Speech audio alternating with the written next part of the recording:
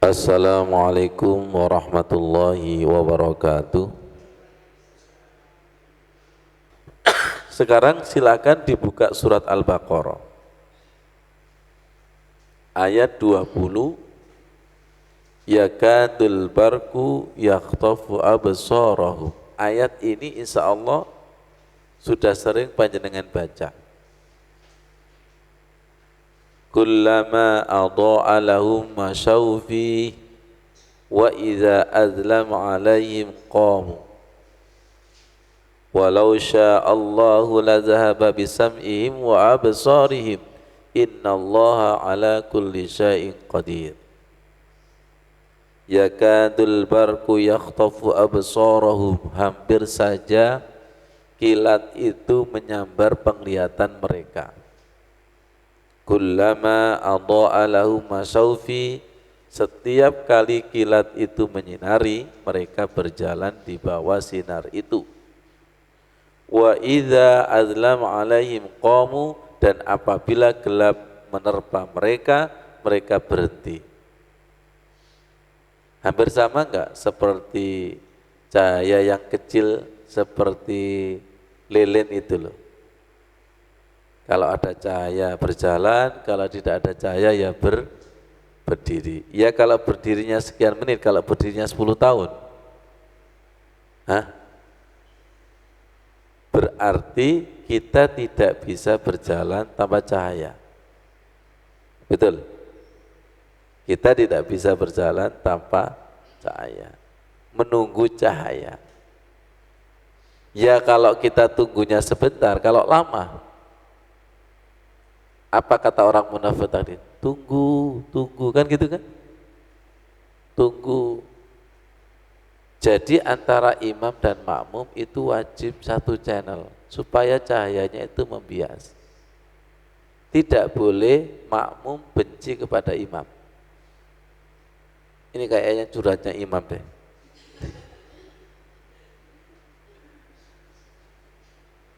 Wong ayatnya di dalam surat Al-Kautsar kan inna syani'aka huwal abtar, sesungguhnya orang yang membencimu itu terputus.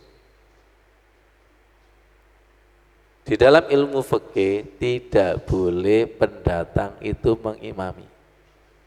Harus shahibul bait. Kenapa? Kecuali dengan izin. Kecuali kalau dengan izin tokohnya atau imamnya. Tidak boleh. Coba, jenengan pasti mengiyakan. Ketika di musola masjid ada imam baru, mesti sopo iku. Iki ngerti alamatnya apa enggak gitu. Panjenengan itu kalau disupiri orang supir baru, itu cemas enggak? Belum kenal, setirane iki siksak apa mundur? Mundur loh ya. Betul gak Pak Nurikan? Kalau kita kenal pada supir itu, saking yakinnya, itu baru masuk luwis turu, tak serahkan nyawaku. Pak Memin, kenapa sampean gak turu? Aku gak yakin sama supir itu, bolak-balik ngerem iki.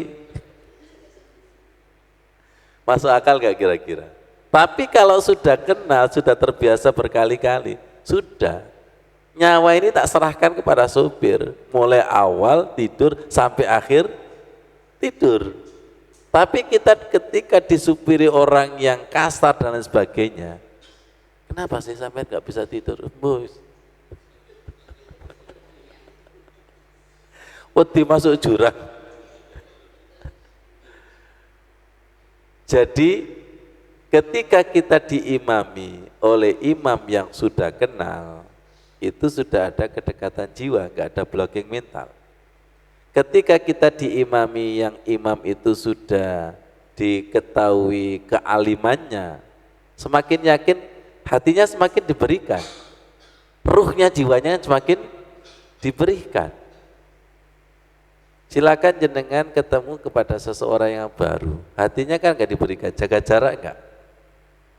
Minimal iki prolog opo ya, ngomong opo ini, betul nggak?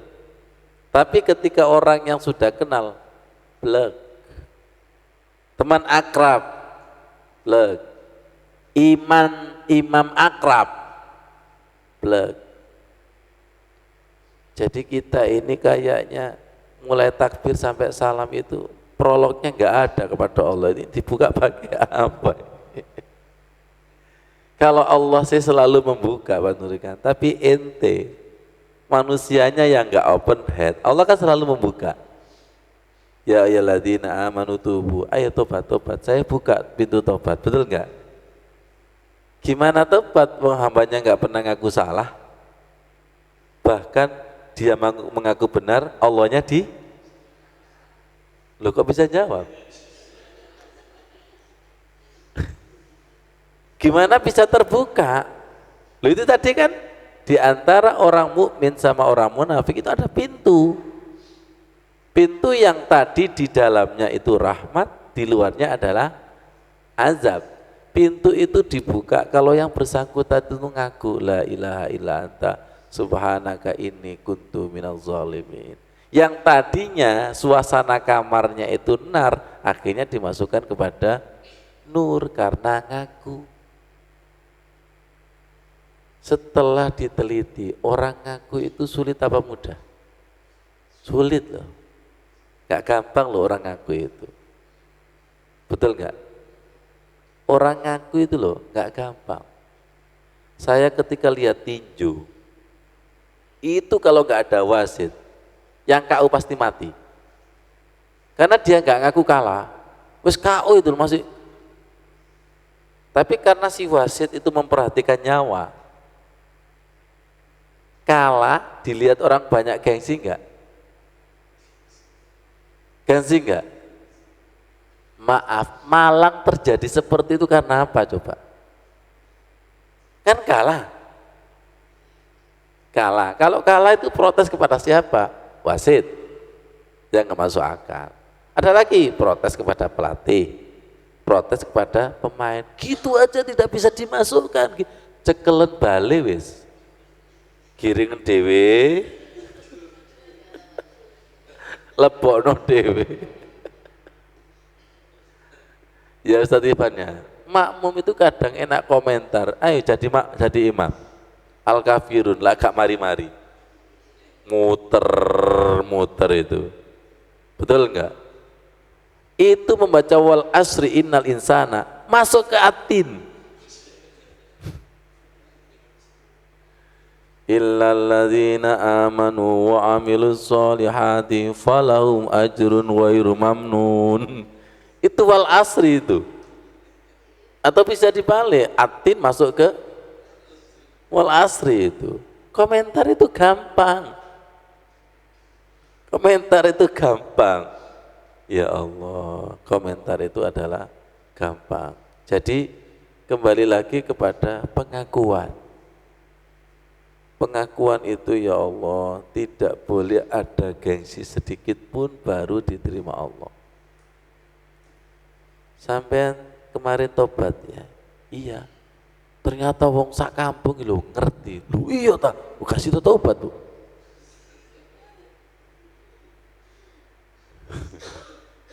Sampai kemarin tobat nggak? Diketahui orang? Ya nggak apa-apa, itulah saya. Allah seneng nggak kira-kira? Senang. Ya Allah, tobatnya Nabi Adam, tobatnya Nabi Musa itu diabadikan di dalam Al-Quran dan itu diketahui oleh anak cucunya. Beliaunya gak gengsi. Coba tobat jenengan ditulis di pintu gitu, atau di meddingnya masjid itu.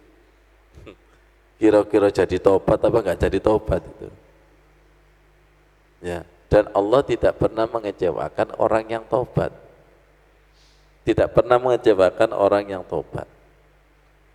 Nah, kata-kata ini jenengan ragu apa sudah yakin? Allah itu tidak pernah mengecewakan orang-orang yang tobat. Surat At-Tahrim ayat 8 itu gitu. Allah itu tidak pernah mengecewakan para nabinya. Allah itu tidak pernah mengecewakan orang yang beriman. Loh, Allah itu sudah maha baik, tidak pernah mengecewakan, sedang setan itu selalu mengecewakan. Kenapa kita istiqomah di, loh ya kan?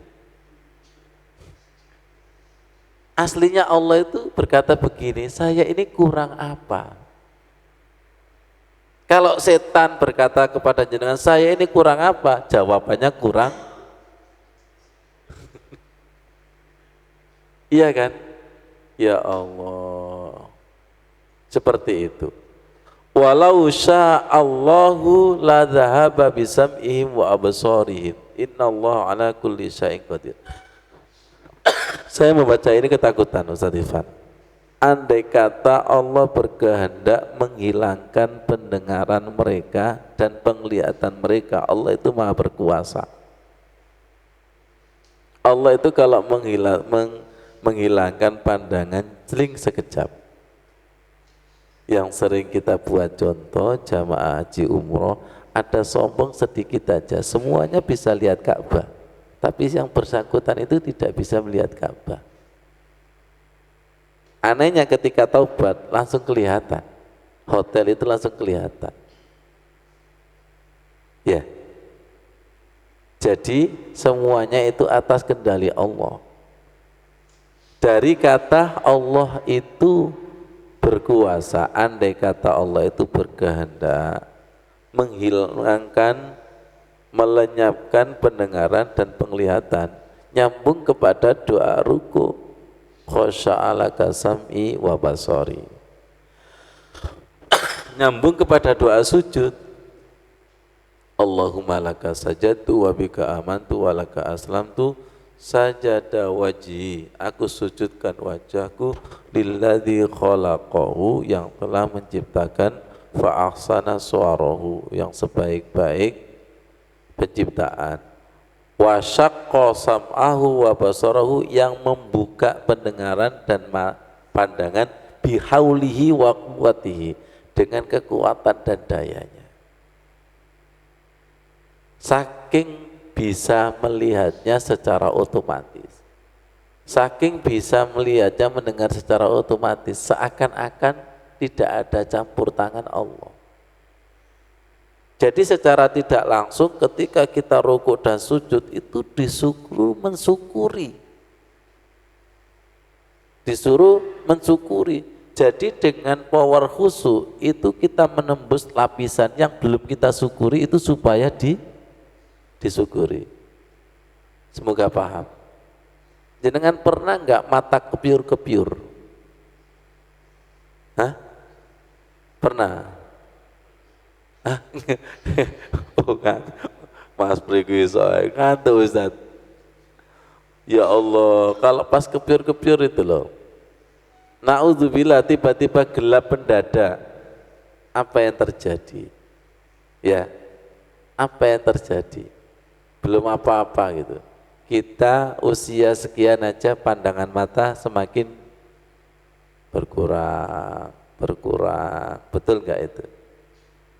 Loh, katanya matanya mampu melihat, matanya ada, tapi daya kekuatannya itu dikurangi oleh yang maha kuat. Na'udzubillah, apalagi dihilangkan total. Jangan sampai, ya jangan sampai. Kita syukuri. Dan nanti kira-kira ada pertanggungjawaban nggak mata ini? Pendengarannya ada nggak ini? Nah, untuk mengurangi pertanggungjawaban kita syukuri. Kita syukuri di dalam doa-doa rukuk dan di dalam doa-doa sujud itu kita syukuri. Perhatikan kata wasyaqqa sam'ahu wa basarahu bihaulihi wa quwwatihi. Allah yang telah membuka pendengaran dan penglihatan. Ibu-ibu lebih paham itu Bu Kiki. Bayi itu lebih cepat melihatnya apa mendengarnya? Loh, masih mikir? Mendengar. Lebih cepat mendengar daripada melihatnya. Kemudian bulan tahun keberapa bisa melihat dan bisa mendengar? Rahasia Allah? Iya. Kita hanya mengamati bahasa wis isuk ngrungokno. Pandangan mata melihat sama kosong itu tahu enggak? Tahu. Siapa yang membuka itu? Maaf, ada saudara kita yang sampai hari ini pendengarannya itu belum dibuka, penglihatannya juga belum dibuka. Ya matanya membuka tapi pandangannya itu kosong. Baru terasa. Ada lagi, maaf, saudara kita yang sudah besar tapi bicaranya itu lambat dan sampai sekarang nggak bisa bicara. Apa ibu-ibu itu saking gedabrusnya sampai nggak bersyukur bahwa ini yang membuka adalah Allah.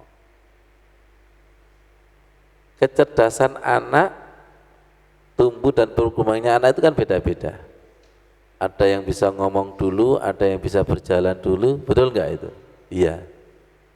Itu ada Allah nggak di situ itu? Nah, tergantung kecerdasan kita, ada Allah apa tidak. Kalau tidak ada Allah, dianggap biasa dan lumrah.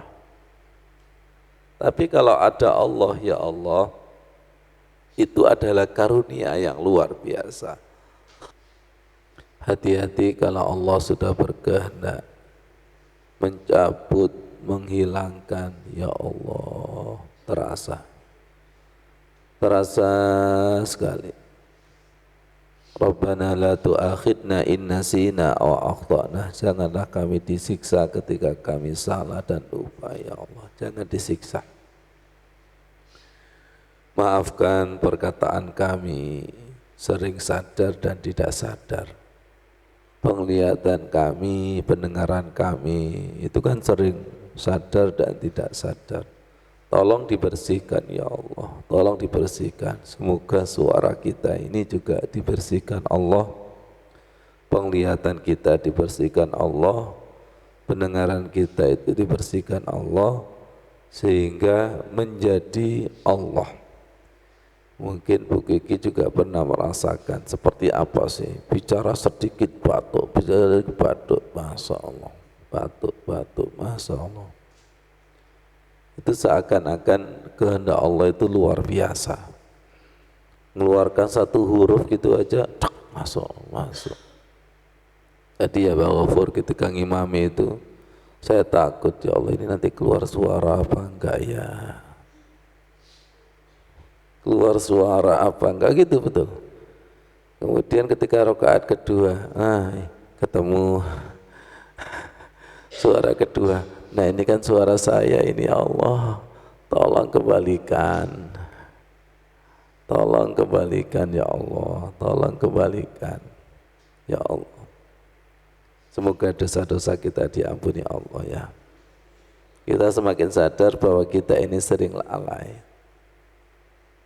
Kita ini sering kufur mata, kufur telinga, kufur bicara. Kufur bicara, bahwa kita bisa bicara itu atas kehendak Allah. Dan kita minta semoga proses ini agar menjadi kalamullah. Wa ma yantiqu anil hawa in huwa illa wahyu yuha.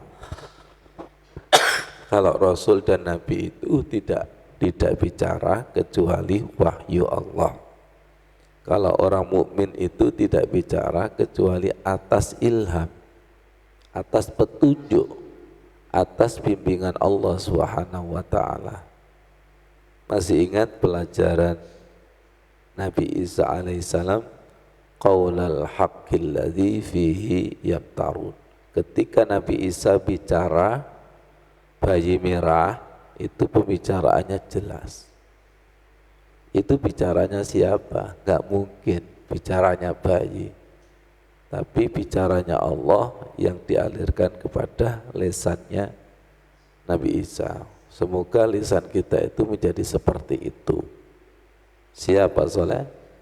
Lisan kita menjadi juru bicaranya Allah, menyampaikan Al-Quran, menyampaikan hadis yang tidak semata-mata karena nafsu, tapi karena menyampaikan ayat-ayat Allah yang tujuannya tadi apa? Bahwa Al-Quran itu adalah liyukhrijakum minaz zulumati ilan nur. Perkataan kita dibersihkan, pandangan mata kita dibersihkan, pendengaran kita dibersihkan dengan mengakui di hadapan Allah, inna lillah wa inna ilaihi rajiun. Semuanya itu milik Allah. Semuanya itu milik Allah. Kekuatan itu milik Allah. Pandangan mata milik Allah. Pendengaran milik Allah. Pembicaraan ini juga milik Allah. Ada Ibu Tuti, saudara kita yang stroke,